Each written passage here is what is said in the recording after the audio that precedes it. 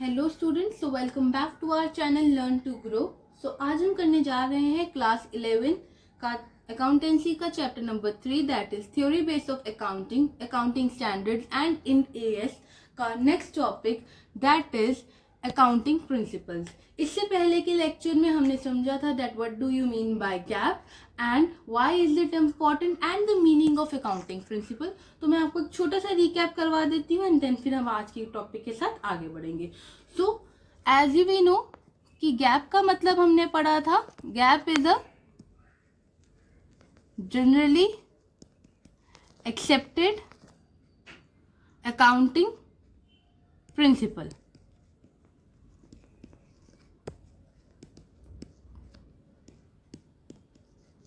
तो गैप हमारे होते हैं जनरली एक्सेप्टेड अकाउंटिंग प्रिंसिपल, जो कि हर कंपनी को फॉलो करने बहुत ज़्यादा ज़रूरी होते हैं। These are basically a type of principle या कह सकते हैं हमारे rules within the parameter of which our company needs to work and do its accounting. उसके बाद हमने पढ़ा था कि हमारे अकाउंटिंग प्रिंसिपल्स क्या होते हैं। तो it is again the types of rules which each and every accountant need to follow while preparing their financial statements. And आगे हमने पढ़ा था that there are two types of principles में हमारे two types होते हैं, that is one is accounting assumption और accounting concept and second is the accounting convention. So आज की क्लास में हम पढ़ने जा रहे हैं इन accounting assumptions और इन accounting conventions के बारे में और डिटेल में। सो अगर आपने अभी तक हमारे चैनल को सब्सक्राइब नहीं किया है तो प्लीज़ चैनल को जल्दी से सब्सक्राइब कीजिए एंड वीडियो को लाइक एंड शेयर ज़रूर कीजिए एंड लास्ट में कमेंट करके ज़रूर बताइएगा कि आपको ये वीडियो कैसा लगा। सो स्टूडेंट्स, सबसे पहले हम बात करते हैं that what do you mean by the accounting concept and accounting assumption. तो अकाउंटिंग कॉन्सेप्ट या अकाउंटिंग एजम्पशन हमारी बेसिकली हम कह सकते हैं is a type of assumption और बेसिकली कॉन्सेप्ट्स और the assumptions which are presumed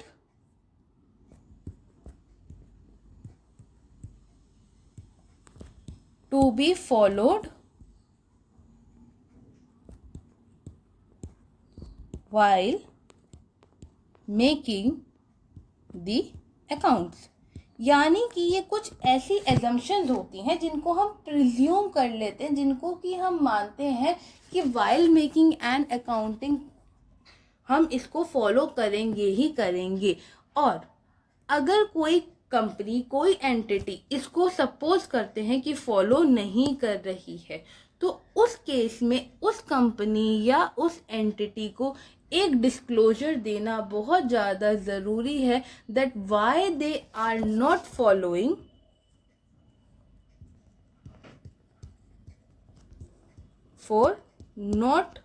following that particular assumption। और ऐसा करना उनके लिए ज़रूरी है अंडर AS1, जो कि बात करता है हमारी डिस्क्लोजर ऑफ अकाउंटिंग पॉलिसीज पे।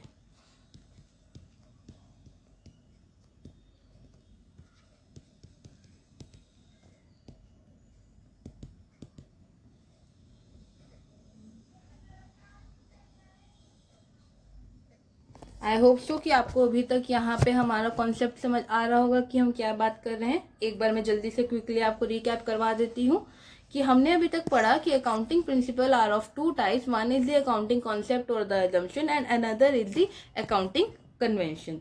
तो सबसे पहले हम बात कर रहे हैं अकाउंटिंग कॉन्सेप्ट या अकाउंटिंग एजम्पशन की। तो दीज आर द एजम्पशंस और the concept which we are presuming और we are assuming that a company is following while making the accounts. की हर कंपनी या हर कोई ये एज्यूम करता है कि कोई भी बिजनेस एंटिटी है वो उसको फॉलो करेगी ही करेगी, और अगर वो उसको फॉलो नहीं कर रही है तो तो उस केस में उस कंपनी को ये डिस्क्लोज करना बहुत ज़्यादा ज़रूरी है that the why they are not following that particular assumption, and it is important under the assumption that it is important under the accounting standard 1 which is of disclosure of accounting policies. ठीक है, तो अब हम पढ़ने जा रहे हैं हमारी सबसे important. So there are basically 3 fundamental accounting assumptions and there are then other some accounting assumptions. तो 3 basic accounting assumptions की जब हम बात करते हैं तो it is going concern, then consistency concept and then the accrual concept. मैं एक बार फिर से रिपीट करती हूँ. going concern concept, consistency concept and the accrual concept. इसके बाद हमारी कुछ और accounting assumptions या concepts आते हैं which are business entity concept, money measurement concept, accounting period concept, cost concept, dual aspect concept, revenue recognition concept, matching concept and the verifiable concept.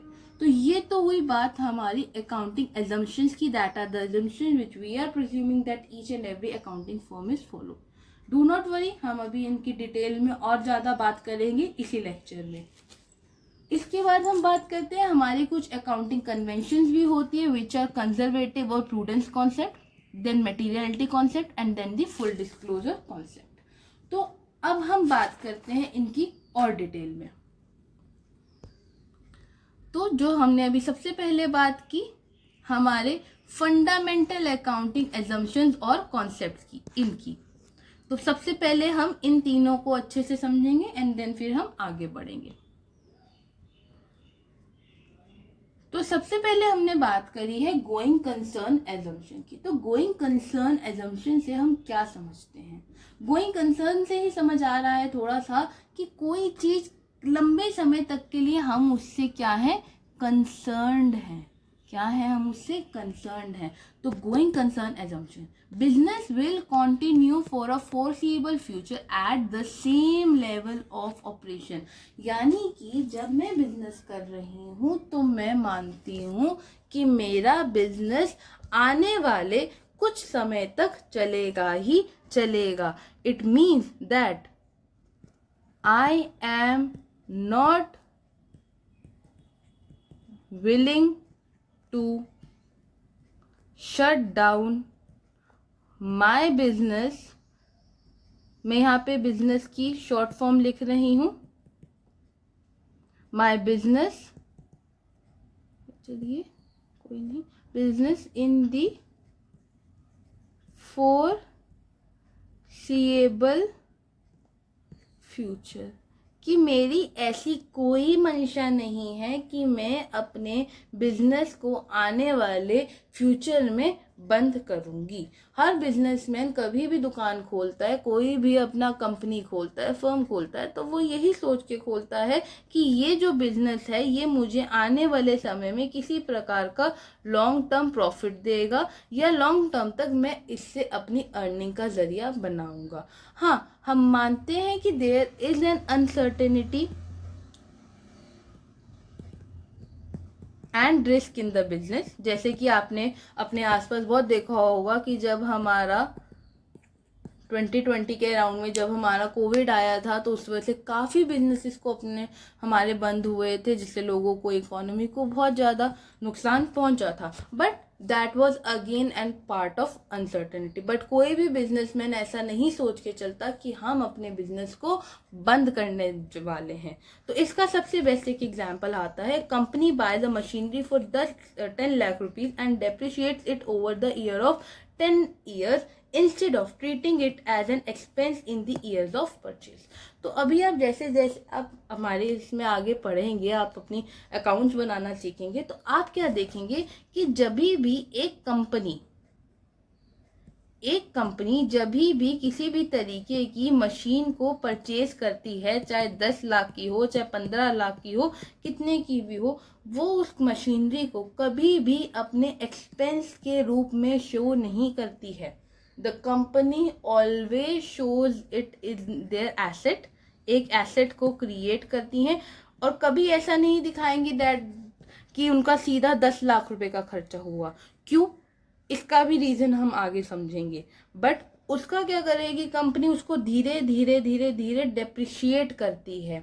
हर साल एक पर्टिकुलर अमाउंट से उसमें से जो पैसे हैं वो कम करती जाएगी, उसको हम हमारी एक्सपेंस साइड पे लिखते हैं, रेदर देन शोइंग कि पूरा हम एक साथ 10 लाख रुपए का नुकसान या हमारा एक तरीके से खर्चा दिखा दे। तो इसका मतलब क्या हुआ कि अगर हम एक साथ ये 10 लाख का खर्चा नहीं दिखा रहे हैं, इसका मतलब यही हुआ कि आने वाले सालों में हम इसका जो हमारा ये एक्सपेंस हुआ है इसको हम डिस्ट्रीब्यूट कर देंगे, बिकॉज जो हमारी मशीनरी है वो भी तो हमें लॉन्ग टर्म बेनिफिट देने वाली है।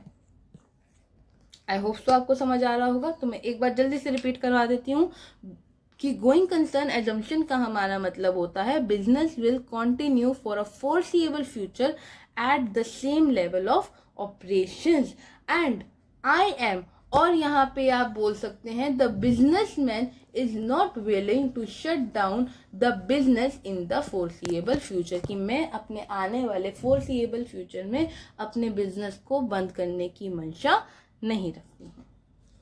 ठीक है, तो इसके साथ ही अब हम बढ़ते हैं नेक्स्ट एजम्पशन पे, जो कि हमारी है कंसिस्टेंसी एजम्पशन। तो कंसिस्टेंसी एजम्पशन हमारी क्या कहती है? कंसिस्टेंसी एजम्पशन हमारी कहती है accounting practices and accounting principle once applied shall be applied for years and after years। तो इसका मतलब ये है कि अगर कोई भी बिजनेस है, अगर वह किसी भी टाइप की अकाउंटिंग प्रैक्टिस, अकाउंटिंग प्रिंसिपल को फॉलो कर रहा है, तो वो उसको हर साल नहीं बदल सकता है।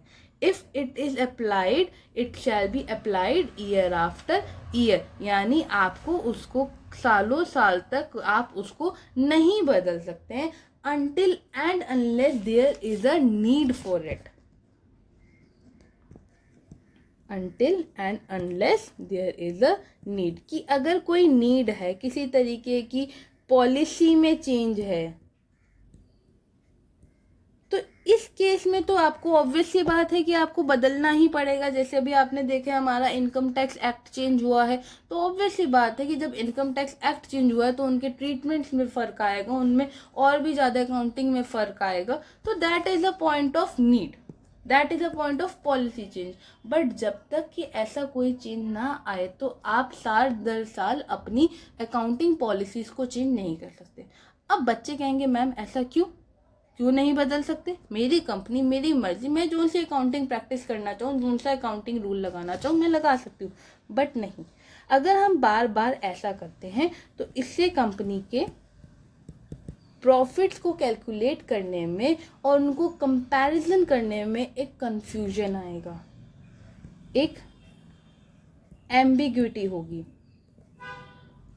जब आप उनको कंपेयर करेंगे तो वहाँ पर आप में एक कंसिस्टेंसी की वजह से वहाँ पर एक कंफ्यूजन आने की, आपके रिकॉर्ड्स को एम्बिग्यूअस कहने की एक चांसेस हो सकते हैं, जिसकी वजह से कहा जाता है कि आप एक ही प्रिंसिपल को साल दर साल अप्लाई करें। जैसे कि यहाँ पे एक एग्जांपल से हम इसको समझते हैं। A business uses SLM method of depreciation unless there is a valid reason for change, कि एक बिजनेस है और वो बिजनेस हमारा आगे जब आप पढ़ेंगे तो SLM की हमारी फुल फॉर्म होती है स्ट्रेट लाइन मेथड।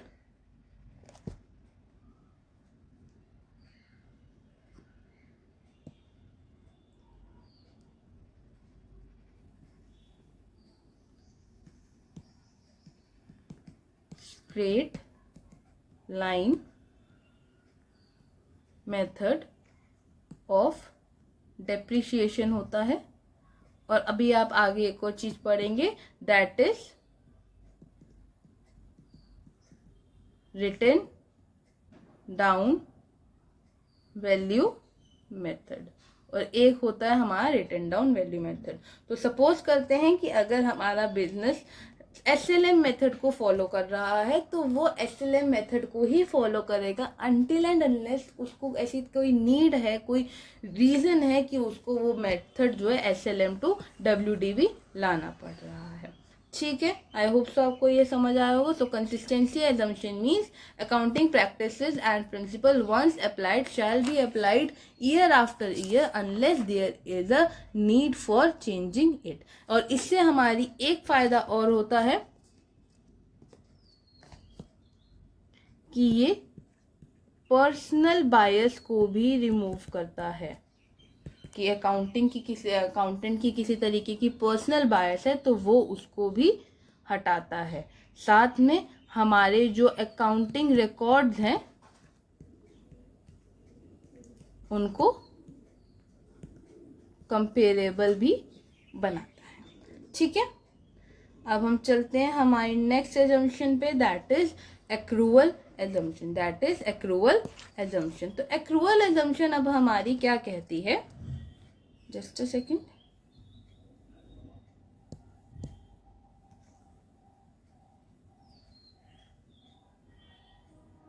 हाँ जी, तो एक्रूअल एजम्पशन हमारी कहती है transactions are recorded when they are entered into whether the amount is exchanged और नॉट. ये हमारी बहुत ज़्यादा इंपॉर्टेंट अकाउंटिंग एजम्पशन मानी जाती है.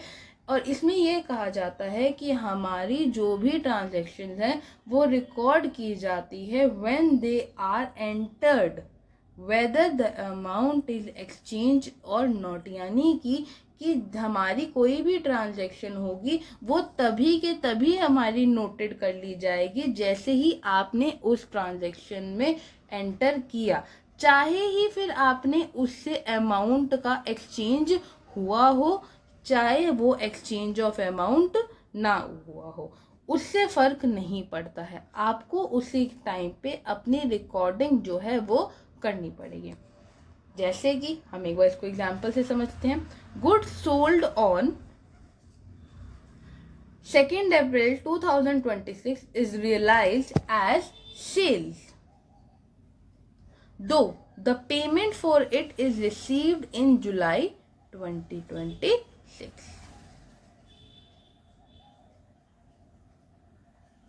ठीक है, मैंने कुछ लाइंस को यहाँ पे पॉइंट्स को हाईलाइट किया है समझने के लिए कि गुड्स जो हैं बेचे गए हैं 2 अप्रैल पे और उसको उसी दिन रियलाइज कर दिया गया है कि मैंने सेल्स कर दी है, पर उसकी जो पेमेंट है वो हमें रिसीव हो रही है 2 जुलाई 2026 पे. यानी कि 3 महीने के बाद वो जो बायर है वो हमें पैसे दे रहा है. अब आपने जैसे देखा होगा, इसको आप हमारे डे टू डे एग्जाम्पल से समझेंगे तो आपको समझ आएगा कि जैसे कई बार होता है कि हमारे जो गली में या हमारे जो नियर बाय में कोई स्मॉल स्टोर्स होते हैं, शॉप स्टोर्स होते हैं, जनरल स्टोर होते हैं, तो हम उन पे जाते हैं और हम उनको अंकल को कह देते हैं कि अंकल आप हमें अभी, ये सपोज कीजिए वो शॉप है, ठीक है, और आप उस शॉप पे गए और आपने कहा अंकल आप मेरे को अभी चिप्स का पैकेट दे दो, इसके पैसे आपको शाम को पापा आकर के दे देंगे. या फिर कहीं जो हमारे शॉपकीपर्स होते हैं, जो जनरल शॉप स्टोर होते हैं, वो क्या करते हैं, एक ना बुक मेंटेन करते हैं, उसमें आपका पूरे मंथ का जो भी एक्सपेंस होगा उसको नोट करते जाते हैं और एट द एंड जितना इकट्ठा होता है वो आपसे एक साथ ले लेते हैं. ठीक है, तो जब अंकल ने आपको ये चिप्स का पैकेट दिया तो क्या अंकल ने उसको कहीं पे एज अ सेल्स रिकॉर्ड नहीं किया? ऑब्वियसली उन्होंने उसको एज अ सेल्स ही रिकॉर्ड किया. और बाद में जब आपके पापा आएंगे तब आप वो जो पैसे होंगे तब वो उसको आपको पे कर देंगे, राइट. कि जैसे ये बाद में आपके फादर आए एंड उन्होंने आकर के वो पैसे उन्हें बाद में करे. बट जो सेल्स थी वो तो हमारी तब हुई और कैश या जो भी पेमेंट थी वो उनको कब मिली, वो उनको मिली रात को जाकर के या अगले दिन. ठीक है, सिमिलरली हमारे बिजनेसेस में भी होता है. हमारे बिजनेस क्या करते हैं, सेल्स परचेजेस तो कर लेते हैं बट ज़रूरी नहीं होता कि उनको उसका पैसा तभी का तभी रिसीव हो या तभी का तभी वो उस पैसे को दे सकें. इसका एक अब बिजनेस वर्ल्ड के एग्जाम्पल से हम समझते हैं. सपोज कीजिए ये हमारे राम है जो कि सेलर है, ठीक है, और ये है हमारे श्याम जो कि बायर है। अब राम श्याम से क्या कहते हैं, या सॉरी हम कहते हैं कि यहाँ पे श्याम ने गुड्स खरीद लिए राम से 2 लाख रुपीस के ऑन 10 अप्रैल, ठीक है। लेकिन उन्होंने क्या बोला, इसका जो पेमेंट होगा वो मैं आपको, जो पेमेंट रहेगा वो मैं आपको कब करूंगा, 12 मई को करूंगा, ठीक है। तो श्याम जो है, जो ये सेलर है, वो अपनी बुक्स में, सेलर अपनी बुक्स में इसकी जब एंट्री करेंगे तो he will do it as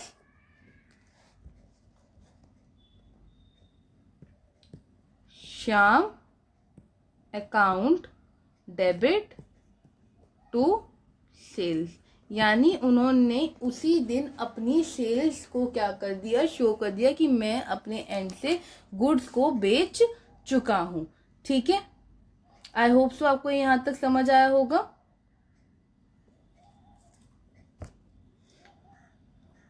और सिमिलरली अगर हम श्याम की बुक्स में भी देखेंगे तो श्याम ने भी उसी दिन उसको एज अ परचेजेस जो है रिकॉर्ड कर लिया होगा। जब श्याम इसकी बुक्स ऑफ अकाउंट में एंट्री करेंगे तो Shyam will do it as purchase account debit to Ram, ठीक है। यानी कि हमने हमारे गुड्स जो है वो खरीद चुके हैं, बट उसकी जो अमाउंट है that is yet to be paid, ठीक है। तो accrual assumption is one of the most important assumption जो कि बात करती है हमारी that according to accrual assumption transaction is recorded in the books of account at the time they are entered, not when they are settled, ठीक है। यहाँ पे बहुत ज़्यादा इंपॉर्टेंट है कि जैसे ही आप एक अमाउंट में आपने एंट्री करी, आपने एक ट्रांजैक्शन में एंट्री की है, आप तभी के तभी उसको रिकॉर्ड करेंगे, ना कि आप वेट करेंगे कि जब मुझे उसके पैसे मिलेंगे तब मैं वो रिकॉर्ड करूँगा, ठीक है। अब बढ़ते हैं हमारे अदर अकाउंटिंग प्रिंसिपल्स की तरफ। तो इसके साथ हमने हमारा गोइंग कंसर्न कंप्लीट कर लिया, consistency and then the accrual concept भी हमने कंप्लीट कर लिया है। अब स्टार्ट कर रहे हैं हम हमारे other accounting concepts and assumptions के साथ। तो हमारे other accounting concepts and assumptions में हम बात करते हैं दैट अकाउंटिंग एंटिटी और दी बिजनेस एंटिटी प्रिंसिपल्स। इसका मतलब क्या होता है समझते हैं। Entries are recorded in the books of account from the point of view of the business, that is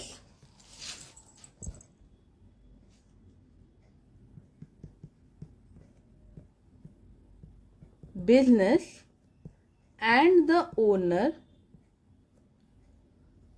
are the separate legal entity। तो ऐसा माना जाता है कि हमारा जो ओनर है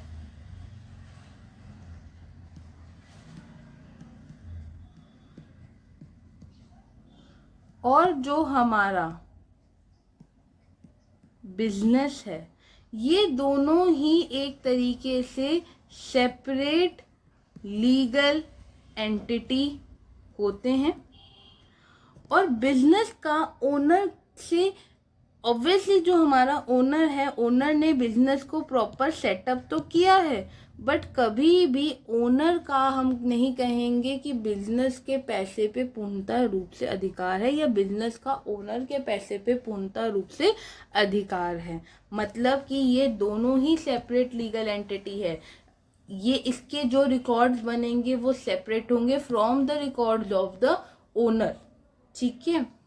और इसीलिए ही आपने अगर बिजनेस में पढ़ा होगा, जो ओनर्स ऑफ अ कंपनी होती है उनकी एक लिमिटेड लायबिलिटी होती है to the extent of their invested capital in the business, कि उन्होंने बिजनेस में जितना कैपिटल लगाया होगा उसके अकॉर्डिंग ही उतने तक ही वो लोग लायबल होते हैं, उससे ज़्यादा ही उनके शेयर से ज़्यादा वो लायबल नहीं होते हैं। सिमिलरली बिजनेस भी ऑब्वियसली कि एक लिमिट तक ही, अगर वो डूब भी रहा है तो एक लिमिट तक ही ओनर से पैसा ले सकता है। तो entries are recorded in the books of account from the point of view of the business, कि जो भी एंट्रीज आप करेंगे वो बिजनेस के पॉइंट ऑफ व्यू से करेंगे, वह कभी भी आप ओनर के पॉइंट ऑफ व्यू से नहीं करेंगे।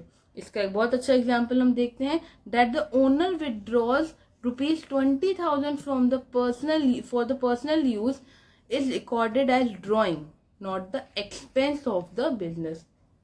कि सपोज कीजिए आपका एक बिजनेस है और आपने उसमें से जा करके, आपको एकदम से नीड पड़ी और आपने उससे 20,000 रुपये जो है बिजनेस से आपने निकाल लिए, तो उसको हमारा बिजनेस जो है वो ड्राइंग्स की तरह लीड करेगा, ना कि वो उसको एक्सपेंस की तरह ट्रीट करेगा। बिजनेस ने एक तरीके से कह सकते हैं आपको उस समय क्या दिया है, उधार दिया है, आपको वो पैसे दिए हैं या आपके कैपिटल का जो हिस्सा है उसको कम किया है, रेदर देन वो उसको अपना खर्चा नहीं मानेगा, ठीक है। सपोज कीजिए ओनर ने जा करके उसी पैसों से एक मोटरसाइकिल खरीद ली, तो वो मोटरसाइकिल तो ओनर कहेगा ना मेरी है, तो जब वो मोटरसाइकिल ओनर के लिए है तो ऑब्वियसली वो उसके लिए ड्राइंग्स का पार्ट हुई, ना कि वो उसके लिए किसी तरीके का एक्सपेंस का पार्ट हुई। हाँ, अगर वो मोटरसाइकिल बिजनेस के लिए आई है कि बिजनेस में हम उसको यूज करेंगे, तो वो motorcycle as a expense for the business होगी, तब हम उसे लिख सकते हैं motorcycle account debit to cash account. Otherwise ये हमारा क्या रहेगा, ड्राइंग ही रहेगा, ठीक है। आई होप सो आपको अच्छे से समझ आया होगा कि बिजनेस आइडेंटिटी प्रिंसिपल हमारा बात करता है कि ओनर और बिजनेस जो है वो हमारा एक सेपरेट लीगल एंटिटी है, ठीक है। इसके बाद हम बात करते हैं हमारे मनी मेजरमेंट प्रिंसिपल की। तो मनी मेजरमेंट प्रिंसिपल हमारा कहता है that transactions and even events that can be measured in money terms are recorded. कि हमारी अकाउंटिंग की हमने एक सबसे पहले ही एक कैरेक्टरिस्टिक पढ़ा था पहले की क्लासेस में ही, और एक उसका एक लिमिटेशन भी पढ़ा था, that accounting is quantitative and ignores qualitative facts. कि हमारी जो अकाउंटिंग है वो फुल्ली क्वांटिटेटिव है और वो हर तरीके के क्वालिटेटिव फैक्ट को क्या करती है, इग्नोर करती है। तो सारी ट्रांजैक्शंस और इवेंट जो कि सिर्फ और सिर्फ मनी के टर्म में, सिर्फ और सिर्फ हम कहेंगे कि हमारे मॉनेटरी बेसिस पे अकर होते हैं, उन्हीं को ही रिकॉर्ड करती है। बाकी सब फैक्ट्स को, बाकी सब फिगर्स को क्या करती है, इग्नोर करती है। तो यही इसकी लिमिटेशन है, that qualitative information is ignored, कि हमारी क्वालिटेटिव इंफॉर्मेशन जो होती है वो इग्नोर होती है। साथ ही इसमें value of money, that is the time value of money भी क्या होती है, वो भी स्टैटिक कर दी जाती है। सपोज कीजिए मैंने आज से 20 साल पहले कोई मशीन खरीदी, सॉरी जस्ट अ सेकेंड, मैंने 20 इयर्स बैक एक मशीन खरीदी जो कि थी ₹1 लाख की। अब अगर देखा जाए तो उस समय में, आज से 20 साल पहले, यानी मैं इसका मान सकती हूँ अराउंड 2006 में, और आज हमारा क्या चल रहा है, 2026, ठीक है। तो जो 1 लाख रुपया मैंने तब इन्वेस्ट किया था अपनी मशीन पे, क्या वो 1 लाख की वैल्यू आज भी 1 लाख ही है?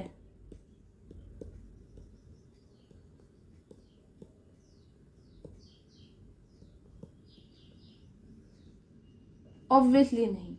आप जब 2006 में जब आप मार्केट में जाते होंगे तो उस टाइम पे आप 100 रुपये में जा कर के ऑब्वियसली आप परचेजिंग करके आ सकते थे। पर आज अगर मैं आपको मार्केट में जा कर के कहूँ कि आपको उसी 100 रुपये से कुछ चीज़ें खरीद के लानी, तो आप कहोगे नहीं मैम, इट्स नॉट पॉसिबल, हम नहीं खरीद सकते। या जितनी चीज़ें उस टाइम पे 100 रुपये में जो हमारी बकेट लिस्ट में आ जाती थी, वो आज वो सब चीज़ें उस 100 रुपये में पॉसिबल नहीं है। That is the money, time value of money और द वैल्यू ऑफ मनी, जो कि टाइम के साथ, वक्त के साथ, बढ़ती महंगाई के साथ क्या हुई है, ऑब्वियसली चेंज हुई है। तो इसलिए हम मानते हैं कि टाइम वैल्यू ऑफ मनी भी कभी भी सेम नहीं रहता है। वह वक्त के साथ, with the time, with the inflation, with deflation, वो वक्त के साथ बदलता रहता है। तो जो मशीनरी, अब यहाँ पे एग्जाम्पल देखते हैं, purchase of furniture of 50,000 is recorded but leadership of manager is ignored. तो हम क्या देख रहे हैं कि मशीन जो हमने 50,000, फर्नीचर जो हमने 50,000 का खरीदा, वो तो हमने रिकॉर्ड कर लिया, बट जो मैनेजर की जो लीडरशिप के अंडर हमने उसको खरीदा, या उसके जो रेवेन्यूज, उसके जो एफर्ट्स है, वो सब कुछ हम क्या कर देते हैं, इग्नोर कर देते हैं इन आवर अकाउंटिंग।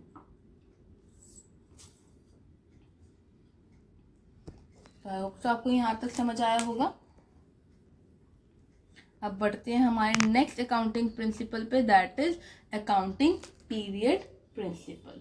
तो ये क्या कहता है हमारा principle, this says that the life of the business is broken into smaller period of 12 months known as the accounting period. तो ऐसा क्यों किया जाता है कि हमारे बिजनेस को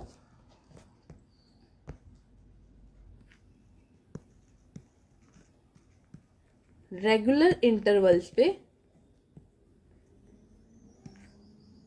तोड़ दिया जाता है। वाई? ताकि उसकी जो अकाउंटिंग है वो हम इजीली कर दी जाए। अब सपोज कीजिए आपने एक बिजनेस स्टार्ट किया ईयर 2002 में, और वो 2026 तक बस चलता ही जा रहा है, जिस बीच आपने किसी प्रकार की कोई भी अकाउंटिंग की ही नहीं। तो आपको कैसे पता चलेगा कि आपका बिजनेस प्रॉफिट में है या लॉस में है, या फिर आपके बिजनेस को फर्दर क्या डिसीजंस लेने चाहिए उसको इम्प्रूव करने के लिए।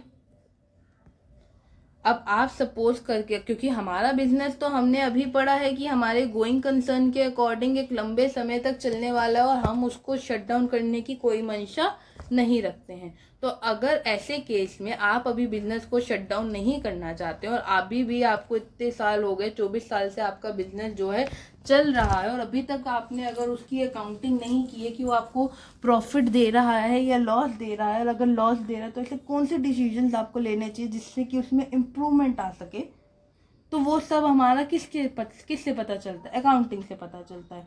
और हम जिस दिन हमारे बिजनेस को प्रॉपर वाइंड अप करने बैठेंगे उस दिन तो हम ये कर नहीं सकते।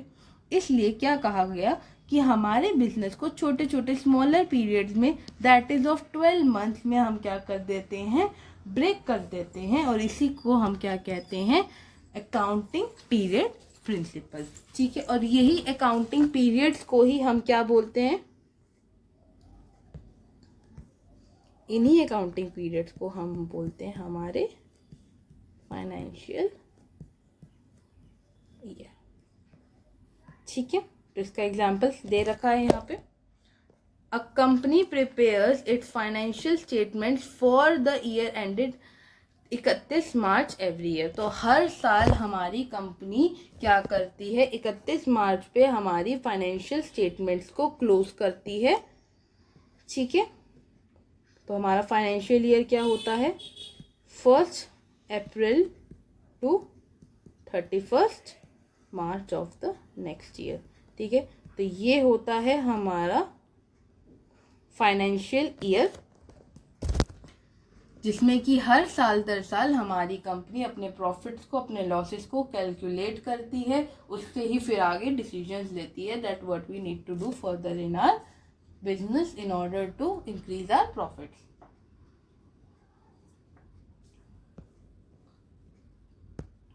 आगे बात करते हैं कॉस्ट कॉन्सेप्ट और हिस्टोरिकल कॉस्ट कॉन्सेप्ट की।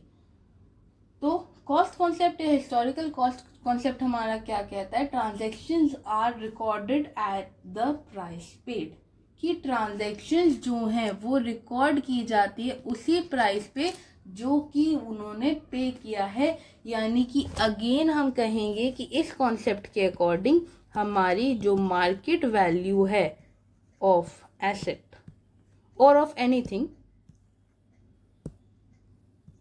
Is ignored. ठीक है, अगेन हमारी मार्केट वैल्यू, हमारे जो जिस मार्केट में जो अभी प्राइस चल रहा है वो सब इसमें इग्नोर किया जाता है। सबसे पहले इसको एग्जांपल से समझते हैं।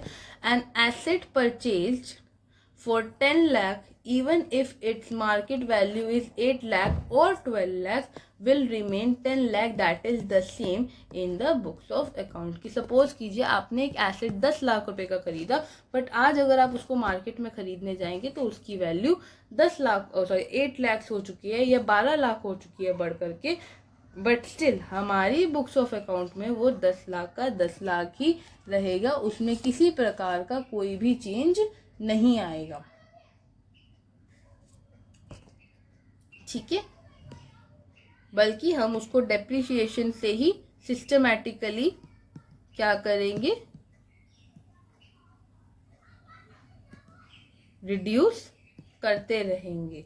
चाहे उसको रिड्यूस करते करते उसकी वैल्यू आज अगर 5 लाख भी हो चुकी होगी तो हम उसको 5 लाख लगेंगे, चाहे मार्केट में कुछ भी वैल्यू हो, हमें उससे फर्क नहीं पड़ता।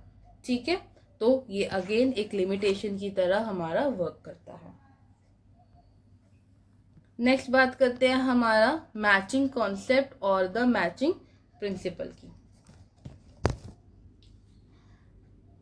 तो हमारा मैचिंग कॉन्सेप्ट या मैचिंग प्रिंसिपल कहता है that expenses are incurred to earn the revenue should be recognised as expense in the year revenue is recognised. I am repeating it again, that expenses incurred to earn the revenue should be recognized as expense in the year of revenue is recognized। कि basically ये कहा जाता है कि हमारा जो matching principal है कि एक्सपेंसेस जैसे ही इनकर्ड किए गए हैं टू अर्न द रेवेन्यू, उनको उसी समय एक्सपेंस उसी टाइम क्या कर लेना चाहिए, हमें रिकॉग्नाइज कर लेना चाहिए। बिकॉज हमारा जो इम्पोर्टेंट ऑब्जेक्टिव होता है हमारे बिजनेस का वो क्या होता है कि हम हमारे बिजनेस के प्रॉफिट्स को डिटरमाइन कर सकें, और ये बहुत ज़्यादा इम्पोर्टेंट होता है कि हमारे जो रेवेन्यूज हैं हमारे एक्सपेंसेस से क्या करें, मैच हो। That is the revenue should be equal to the are expenses. इसलिए प्रॉफिट जब अर्न किए जाते हैं बिजनेस के द्वारा एक पीरियड में, वो करेक्टली मेजर तभी किए जाएंगे जब रेवेन्यू उस पीरियड का होगा वो हमारा मैच करेगा उस ईयर के एक्सपेंसेस के साथ। आई होप सो आपको यहाँ यहाँ तक समझ आ रहा होगा कि ये बेसिकली क्या कह रहा है कि एक्सपेंसेस तभी जो एक्सपेंस हमने करे हैं कुछ भी रेवेन्यू को अर्न करने के लिए, उनको तभी का तभी ही आप क्या करें, एज एन एक्सपेंस रिकॉग्नाइज करें जब वो इनकर किए गए हैं। Because it is not relevant कि हम जो है पेमेंट कब, सपोज करते हैं कि हमने एक पेमेंट करी 20 अप्रैल को, हमने एक कमीशन पे करा। इसको हम एग्जाम्पल से समझते हैं, ये आपको इजी रहेगा। Sales commission paid for the good sold in December is recorded as an expense in the December even if it paid in the January. तो आपने एक सेल्स कमीशन जो है वो आपको देनी पड़ी है, कब देनी पड़ी है, in the month of December. ठीक है, सपोज करते हैं यहाँ पे हम कि ये आपका बिजनेस है, या मिस्टर ए का बिजनेस है और ये मिस्टर बी का बिजनेस है। अब मिस्टर ए को जब उन्होंने अपने गुड्स को बेचा in order to earn the revenue, की रेवेन्यू उनका जो है उन्होंने क्या की 20,000 रुपीज की एक कमीशन पे करी। ठीक है, अब जब उन्होंने वो कमीशन पे करी, सेल्स कमीशन जब उन्होंने पे करी लेकिन उनको जब मिस्टर बी ने पैसे दिए, ये इन्होंने दिसंबर में करी, और मिस्टर बी आए, उन्होंने कहा कि भाई मैं तो आपको 1 जनवरी को ही पैसे दे सकूंगा। तो उस केस में क्या होगा, अब आपकी ये जो इनकम है वो मानी जाएगी दिसंबर की, और अब अगर आपने उसको वहां पे जाकर के दिसंबर में शो करेंगे तो अगेन ये आपके रेवेन्यू जो होंगे आपके इनकम से मैच, सॉरी एक्सपेंसेस से मैच नहीं होंगे। इसलिए एक्सपेंसेस जब भी आपके इनकर हो एक बिजनेस रेवेन्यू को अर्न करने के लिए, तभी आप उसको उसी मंथ में शो करेंगे। ठीक है, नेक्स्ट हम आते हैं, it is again a very important principal, that is dual aspect और डुअलिटी प्रिंसिपल, जो कि कहता है every transaction entered into has 2 aspects, that is the debit and credit of equal amount, कि हर ट्रांजेक्शन का हमारा 2 पहलू होते हैं, जैसे हर कॉइन के 2 पहलू होते हैं। इसको आप इससे समझिएगा कि जैसे हर सिक्के के 2 पहलू होते हैं, that is head and tail, similarly हर ट्रांजेक्शन के 2 पहलू होते हैं, that is the debit and the credit. ठीक है, तो business purchases furniture worth ₹50,000 for cash, so furniture or the asset is increased by 50,000, and again an asset that is cash is decreased by 50,000। तो हम मानते हैं कि हर transaction में क्या होता है, एक हिस्सा बढ़ेगा तो दूसरा हिस्सा गिरेगा, या फिर जैसे हमारा यहाँ पे एसेट का केस था, तो एक एसेट बढ़ा तो दूसरा एसेट क्या हुआ हमारा वहीं पे कम हुआ। इससे क्या होता है, हमारी जो बैलेंस है वो बना रहता है। इसी का रिजल्ट है कि हम कहते हैं कि हमारा, एक सेकेंड, हमारी जो बैलेंस शीट होती है वो हमेशा मैच करती है। एंड जो हम डबल एंट्री बुक कीपिंग पढ़ते हैं,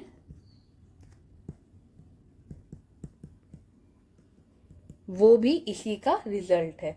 आप एक चैप्टर इसके बाद पढ़ेंगे, दैट इज अकाउंटिंग इक्वेशन, जिसमें कि आप पढ़ेंगे that assets is equals to liabilities and plus the capital. ठीक है, तो ये जो हमारी स्टेटमेंट होती है, ये इक्वेशन जो होती है हमारी हमेशा इक्वल आनी चाहिए।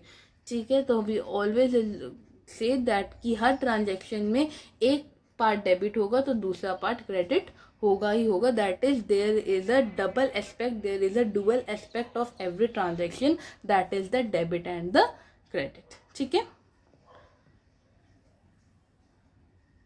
नेक्स्ट आता है हमारा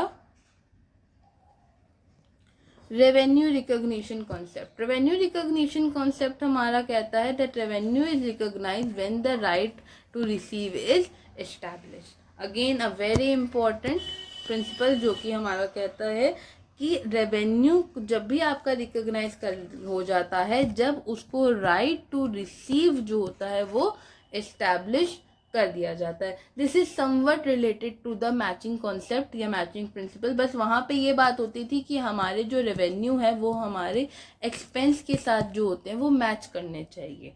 ठीक है, यहाँ पे ये बात होती है कि हमारे जो रेवेन्यूज है वो उसी टाइम पे रिकॉग्नाइज कर लिए जाए जब उनको राइट टू रिसीव, उनको रिसीव करने का राइट जो है हमारे पास इस्टेब्लिश हुआ। इसको एग्जाम्पल से समझते हैं, हमारे पास 2 एग्जाम्पल हैं इसके।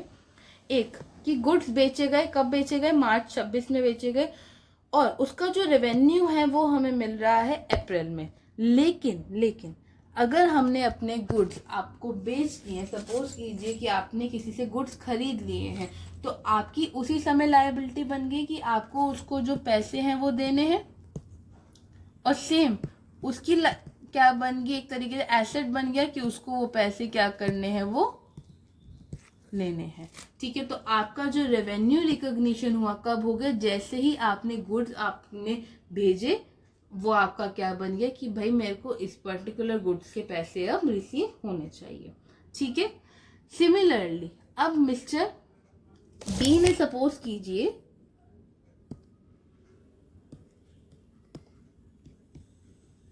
मिस्टर ए को एडवांस दे दिया कि ये काम कीजिएगा, आप मुझे 20,000 रुपए के गुड्स भेज दीजिएगा, उसके लिए मैं आपको 5,000 का एडवांस दे रहा हूँ। लेकिन हम इसको रेवेन्यू तभी मानेंगे जब मिस्टर ए एक्चुअल में गुड्स को क्या करेंगे,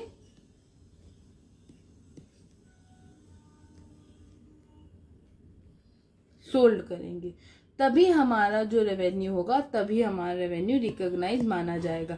उससे पहले रिकॉग्नाइज या उसको हम रेवेन्यू डील नहीं करेंगे। तो रेवेन्यू तभी रिकॉग्नाइज माना जाता है जब उस पर राइट टू रिसीव हमारा इस्टेब्लिश हो किया, अब मेरा ये अधिकार है कि मैं ये रेवेन्यू को रिसीव करने योग्य हूँ या कर सकती या कर सकता हूँ। ठीक है, लास्ट हमारा ये आता है अब कौन प्रिंसिपल, हमारा अकाउंटिंग प्रिंसिपल, जो कि कहता है verifiable objective concept. It is a very easy one कि ये हमारे बात करता है the transactions are recorded on the basis of evidence, कि हर ट्रांजैक्शन जो है वो हमारी एविडेंस के बेसिस पे, किसी ना किसी तरीके के सबूत के बेसिस पे क्या की जाए, रिकॉर्ड की जाए।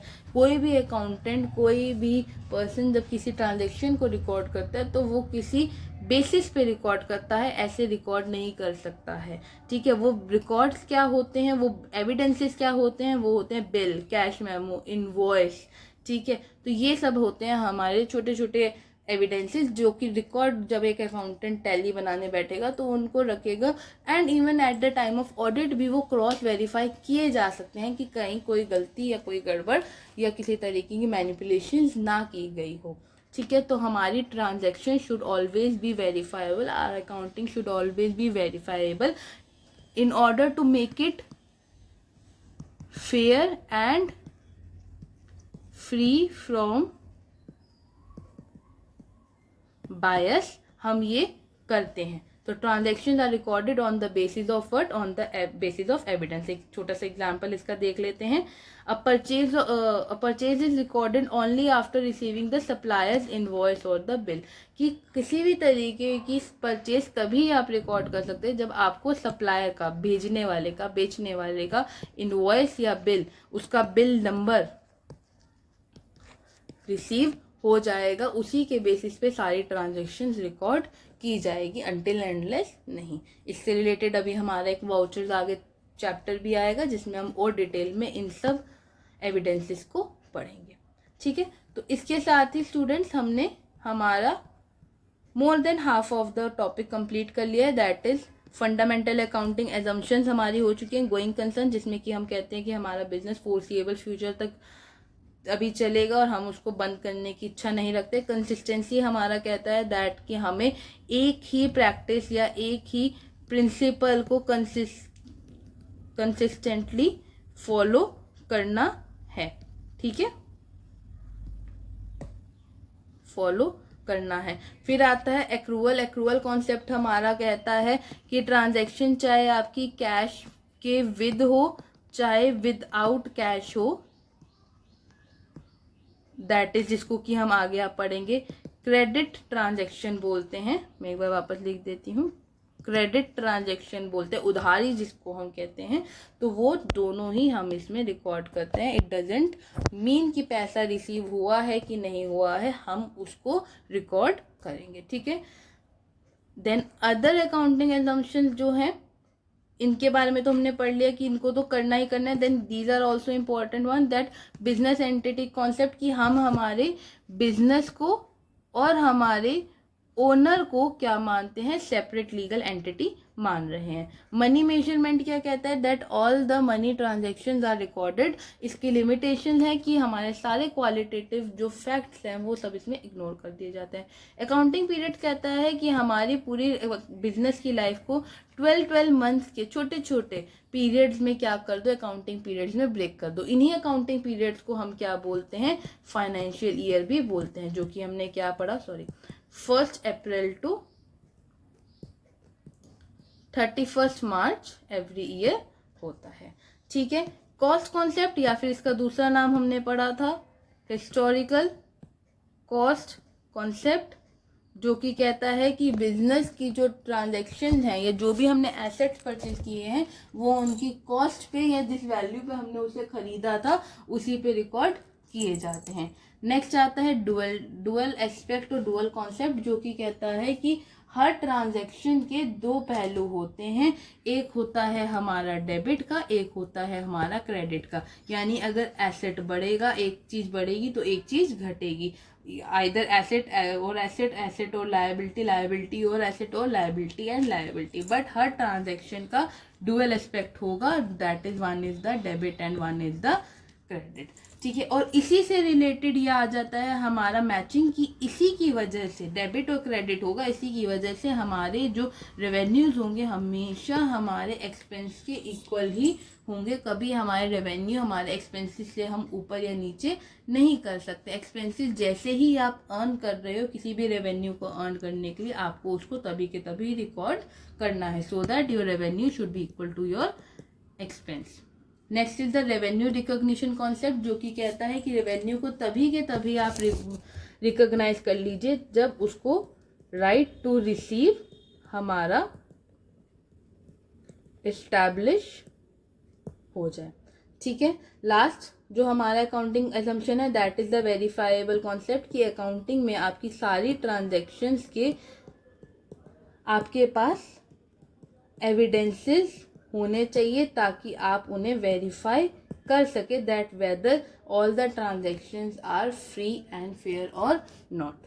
ठीक है, तो इसी के साथ हमारी अकाउंटिंग एजम्पशंस कंप्लीट होती हैं। अब हम बढ़ते हैं हमारे अकाउंटिंग कन्वेंशंस की तरफ।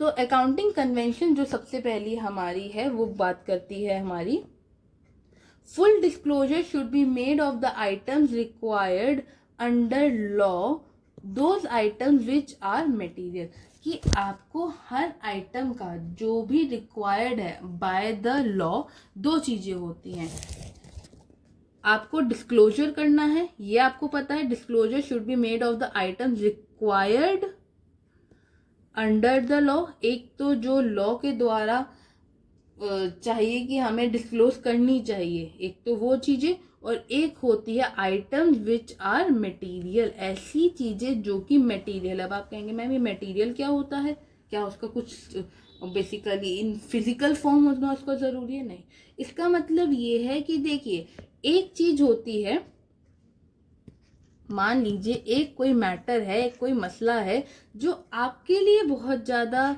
ज़रूरी नहीं है, बट आपके फ्रेंड के लिए, आपके लिए ज़रूरी नहीं है पर आपके फ्रेंड के लिए बहुत ज़्यादा ज़रूरी है।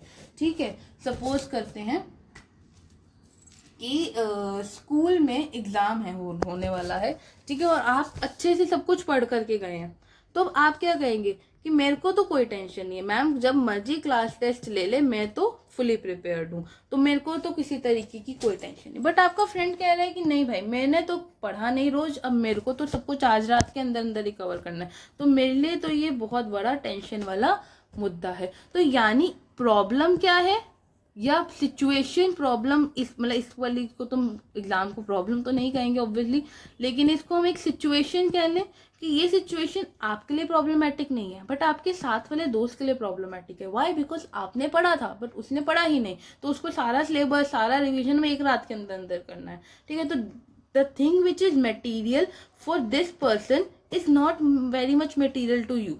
ठीक है ना, आप शाम को पार्टी में भी जा सकते हो, शाम को आप अपने क्रिकेट मैच के लिए भी जा सकते हो, बट ये पर्टिकुलर इंसान नहीं जा सकता इफ ही और she is concern for their studies. ठीक है, तो सिमिलरली बिजनेस में भी हम कहते हैं कि भाई जो मटेरियल चीजें हैं ना उसको डिस्क्लोज करो। इसका ही अब एक एग्जाम्पल, ये आपका जो एग्जाम वाला जो एक छोटा सा एग्जाम्पल था, इसी को आप समझिए। इसका एक बहुत अच्छा एग्जाम्पल आता है हमारे पास।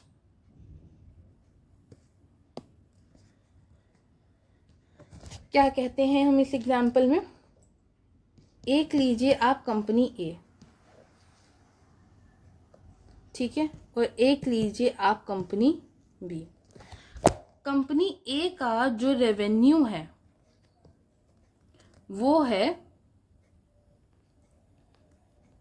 5 लाख रुपीज। ठीक है, कंपनी बी का रेवेन्यू है 1 करोड़ रुपए। ठीक है, आई होप आपको यहाँ तक का अभी तक समझ आ रहा है। हमने क्या बात करी कि हमारी कंपनी ए है, कंपनी ए का रेवेन्यू है हमारा 5 लाख रुपए और कंपनी बी का हमारा रेवेन्यू है कितना, 1 करोड़ रुपए। तो अब ऑब्वियसली हमारा सपोज करते हैं एक एक्सपेंस होता है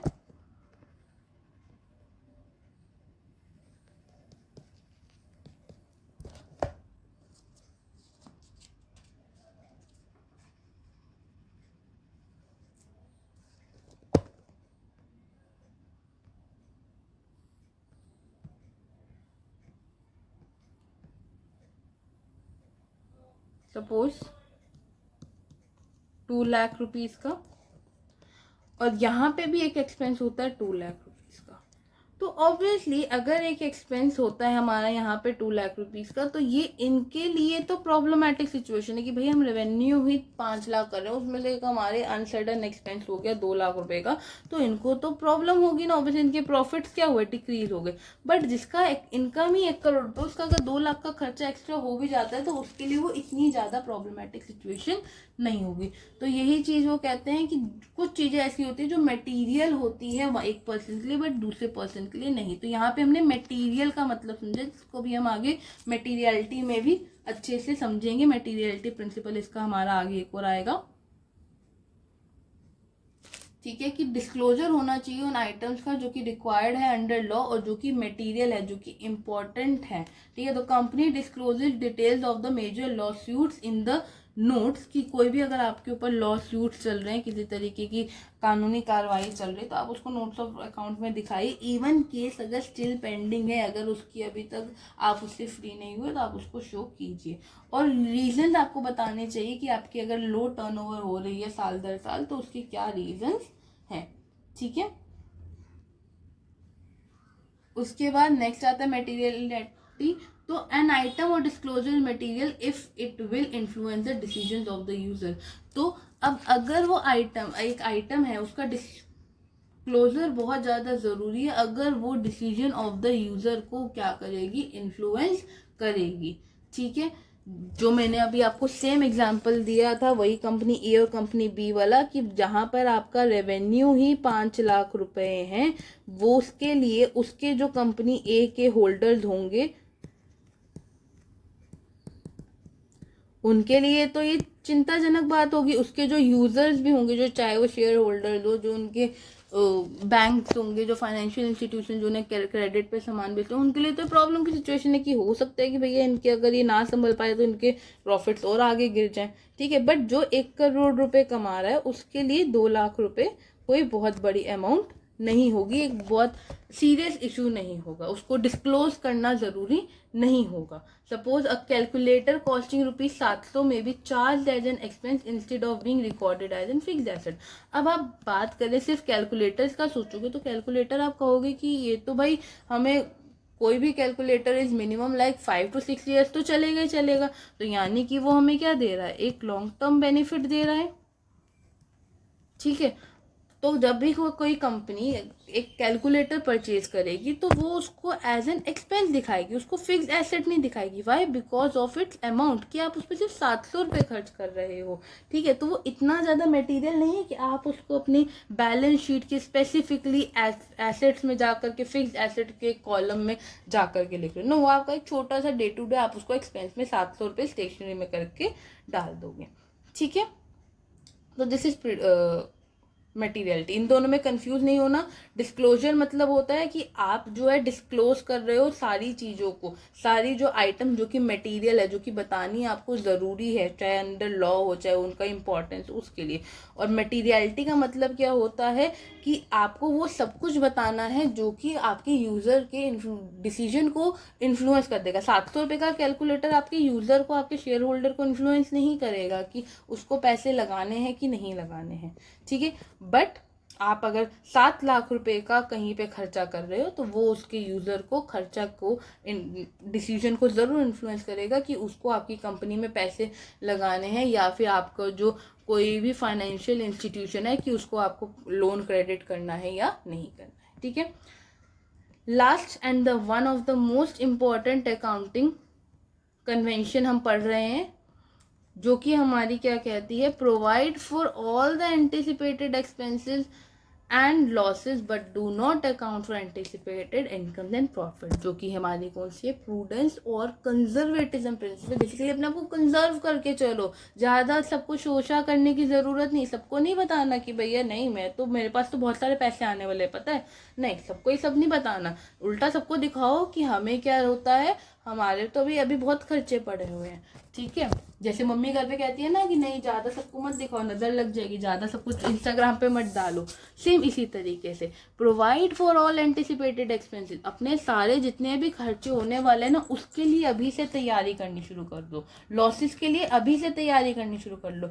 और do not account for anticipated income या प्रॉफिट, और जो आपकी एंटिसिपेटेड इनकम्स है, प्रॉफिट्स है, ये नहीं कि आप उन्हीं के लिए बैठे हो कि अच्छा मेरा तो अगले महीने ना मेरा जो डेटर है, मुझे 10 लाख रुपीज़ का मेरा एक डेटर है, वो मुझे अगले महीने पैसे दे देगा, तो मैं काम करता हूँ, मैं 5 लाख रुपए का लोन उठा लेता हूँ या फिर मैं कोई एक खर्चा कर लेता हूँ। नहीं, जब तक कि वो पैसे आपके पास ना आ जाए आप नहीं कर सकते, कि आप नहीं मान सकते कि वो पैसे अर्नड हो गए, अभी हमने पढ़ा है ये ऊपर, जब भी वो रिकॉग्नाइज नहीं हुए हैं, वो अभी आपके अर्निंग में नहीं आए। वाई? बिकॉज हो सकता है कि आपका वो जो डेटर है अगले महीने इंसॉल्वेंट हो जाए, दिवालिया घोषित हो जाए, तो आपने जो उसके रिलेटेड जो अभी इनकम आई ही नहीं, आपने उसके लिए पहले ही एक एक्सपेंस बना दिया, तो that will lead you to decline in the profits, ठीक है। तो आपको क्या करना है, लेकिन हाँ आने वाला कोई भी खर्चा हो, कोई भी लॉस हो, उसके लिए हमेशा तैयार रहो। इसी कारण हमारी कंपनी बहुत सारे रिजर्व, बहुत सारे प्रोविजंस बना करके रखती है, जिसको भी हम आगे देखेंगे। इसकी बेस्ट लाइन है याद रखने के लिए, do not anticipate a profit but provide for all possible losses, कि अपने आने वाले प्रॉफिट्स को मत देखो कि आपके क्या प्रॉफिट्स होने वाले हैं, बल्कि जो भी आपकी पॉसिबल लॉसेज है, आपको लग रहा है आपके कोई डेटर पैसे नहीं देगा, आपको किसी मशीनरी में लॉस हो जाएगा, वर्कमैन से कोई प्रॉब्लम हो सकती है, वैसे कोई जनरल रिजर्व आप बना के रखिए ताकि आपको किसी तरीके की प्रॉब्लम ना आने वाले फ्यूचर में यूज़ करनी पड़े। इसकी एक छोटी सी लिमिटेशन भी आती है कि कई बार कंपनी क्या करती है ना कि भाई ये तो हमारा प्रूडेंस का है, तो कंजर्वेटिज्म है, तो मैं क्या करती हूँ, मैं ना सीक्रेट रिजर्व बनाने लग जाती है कंपनी, अपना साइड में ही अनडिस्क्लोज्ड, यहाँ पे वर्ड यूज कर सकते हो आप, अनडिस्क्लोज्ड रिजर्व बनाने लग जाती है, जो कि आपकी बैलेंस शीट में, बुक्स ऑफ अकाउंट में शो नहीं किया जाता है, जिससे कि आपकी financial statement may not depict true and fair view of the affairs of the business, जिससे कि true and fair view of the business नहीं मिल पाता है कई बार, ठीक है। एम्बिग्यूटी आ जाती है हमारी फाइनेंशियल स्टेटमेंट्स में। इसका एग्जाम्पल देखेंगे तो हमारा इसका एग्जाम्पल क्या कहता है कि क्लोजिंग स्टॉक जो हमारा होता है that is always valued at the cost और the net realisable value whichever is lower, कि हमारा जो क्लोजिंग स्टॉक होता है हमेशा या तो उसकी कॉस्ट पे या फिर उसकी जो मार्केट में नेट रियलाइजेबल वैल्यू है उस पे ही शो किया जाता है, जो भी लो होगी, विच एवर इज लोअर। ये नहीं कि आप उसको 10 लाख रुपए में जितना मन हो रहा है उतने पे दिखा रहे, नहीं, जो भी लोअर वैल्यू होगी आइदर चाहे वो कॉस्ट हो चाहे उसका नेट रियलाइजेबल वैल्यू हो, उस पे आप उसको शो करो। साथ में क्या बनाते हैं हमारी company, provision for doubtful debt, जैसे कि मैंने अभी कहा था कि अगले महीने मेरे डेटर मेरे को 10 लाख रुपए देने वाले, बट भगवान ना करे अगर वो डेटर ही इंसॉल्वेंट हो गए तो मेरे कंपनी को तो बहुत बड़ा लॉस हो जाएगा। तो उस केस में क्या, मेरे पास एक छोटा सा प्रोविजन रहेगा, जैसे हम घर पे छोटी छोटी सेविंग्स करके रखते हैं ना कि कोई प्रॉब्लम आएगी तो हम उसको यूज़ करेंगे, सिमिलरली छोटा सा एक प्रोविजन बना के रखते हैं कि एकदम से मेरे बिजनेस को कोई भारी लॉस ना झेलना पड़ जाए। इसी तरीके से और भी प्रोविजंस डिफरेंट हम रिजर्व्स जो है बना करके हमारे बिजनेस में रखते हैं। तो these are all about our accounting convention, जिसमें हमने एक फुल डिस्क्लोजर पढ़ा, जिसमें कि हमारे सारे आइटम्स को हमें अंडर द लॉ डिस्क्लोज करना बहुत ज़्यादा ज़रूरी है, मटेरियल आइटम्स को डिस्क्लोज करना बहुत ज़्यादा ज़रूरी है। मटेरियलिटी हमारा फिर कहता है कि सारी आइटम्स का डिस्क्लोजर करिए जो कि मटेरियल है और जो कि इन्फ्लुएंस करेगा एक यूज़र के डिसीजन को। और लास्ट हमारा प्रूडेंस या फिर हमारा कंजर्वेटिज्म प्रिंसिपल कहता है that provide for all the anticipated profit but do not provide for anticipated losses, कि सारे प्रॉफिट्स के लिए अपने प्रोवाइड करो बट लॉसेस के लिए कि आपको जो भी अपने प्रॉफिट्स के लिए रेडी नहीं रहना है, बल्कि अपने आने वाले लॉसेस के लिए रेडी रहना है, जिसका हमारे छोटी सी लिमिटेशन है, क्रिएशन ऑफ सीक्रेट रिजर्व होता है और आपकी फाइनेंशियल स्टेटमेंट्स की ट्रू एंड फेयर जो पोजीशन है वो नहीं मिल पाती है। तो that is conservatism, materiality and full disclosure concept. ठीक है, तो इस पूरे वीडियो में हमने आपको अकाउंटिंग प्रिंसिपल्स के साथ अच्छे से कंप्लीटली हमने आपको समझाया है। और अगर आपको कुछ समझ ना आया हो या किसी तरीके का कोई भी डाउट आया हो तो प्लीज़ हमें कमेंट सेक्शन में ज़रूर बताएं एंड आई विल ट्राई कि मैं आपके सारे डाउट उसमें नेक्स्ट वीडियो में क्लियर कर दूँ। ठीक है, एंड प्लीज़ चैनल को अगर अभी तक आपने सब्सक्राइब नहीं किया तो प्लीज़ चैनल को सब्सक्राइब कीजिए एंड वीडियो को लाइक एंड शेयर कीजिए। Thank you.